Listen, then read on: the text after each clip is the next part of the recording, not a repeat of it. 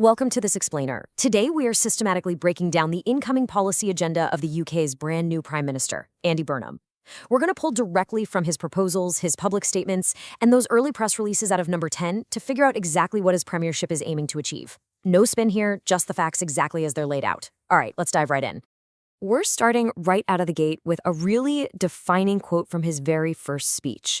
Now, he was speaking specifically about rough sleeping in England, but listen to this. This is something a government can fix if it chooses to.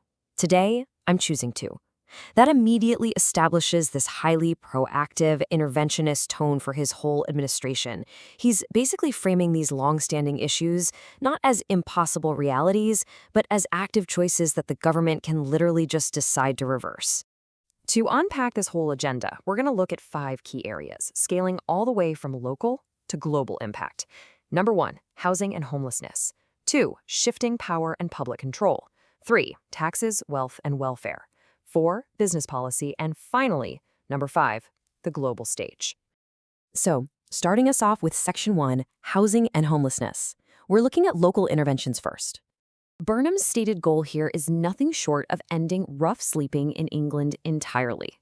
And to back this up, a recent government press release dropped this number: an initial funding injection of $340 million spread over 5 years.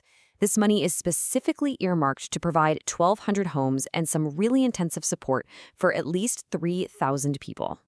Now, you might be wondering about the justification for such a massive upfront cost.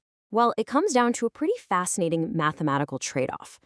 Government research actually estimates that preventing 40,000 people from becoming homeless for a year saves taxpayers £370 million.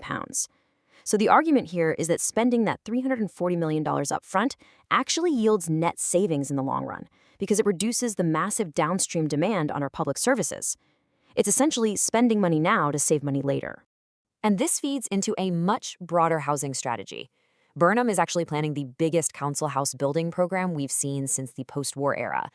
To pull this off, he wants to pivot the entire 10-year, $39 billion affordable housing budget exclusively towards social rent.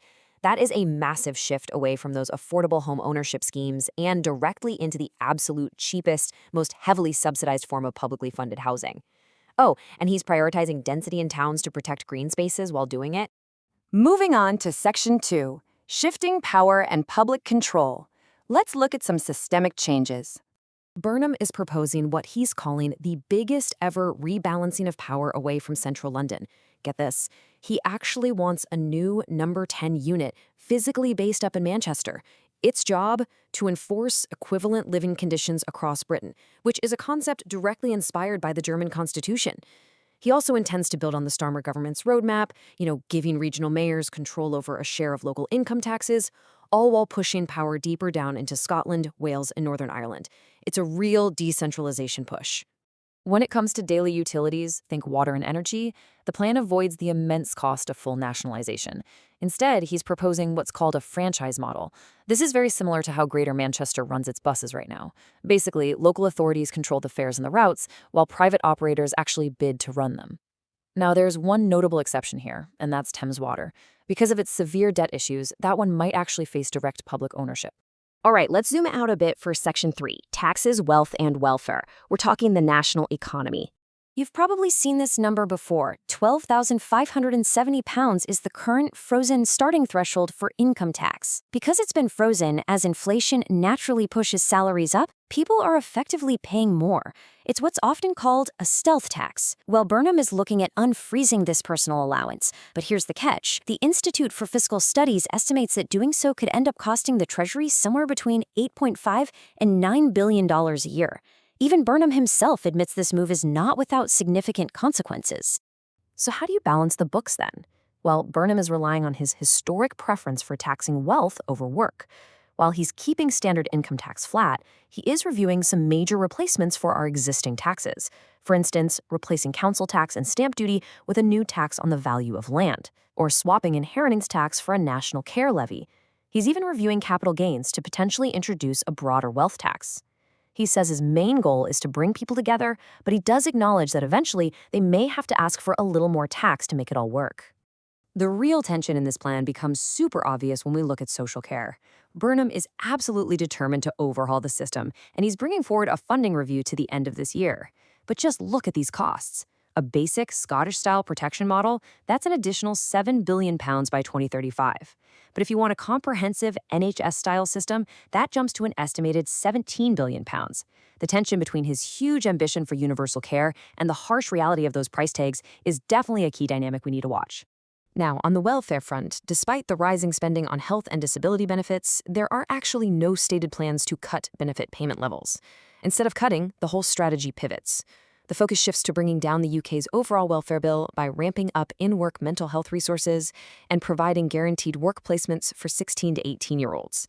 He's also committed to keeping the state pension triple lock, which means pensions will continue to rise with inflation, wages, or 2.5%, whichever is highest.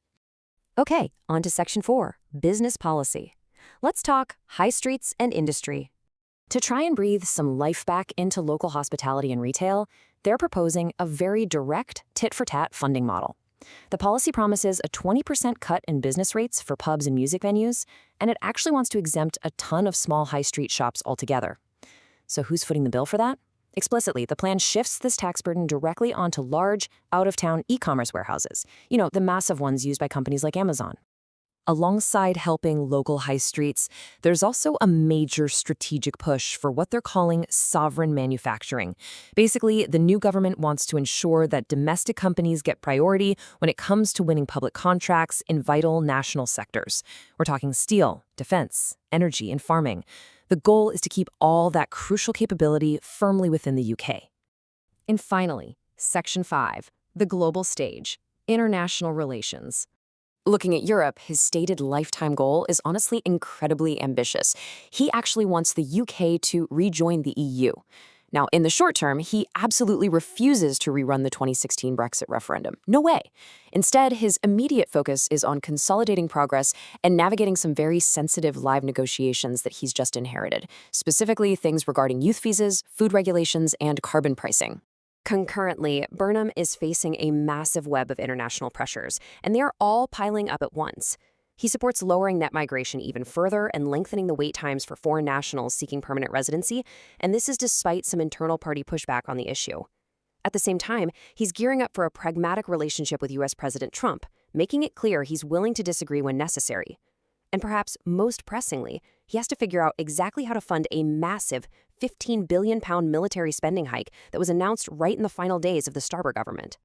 Interestingly, his final major goal proposes a fundamental shift in how the UK actually votes.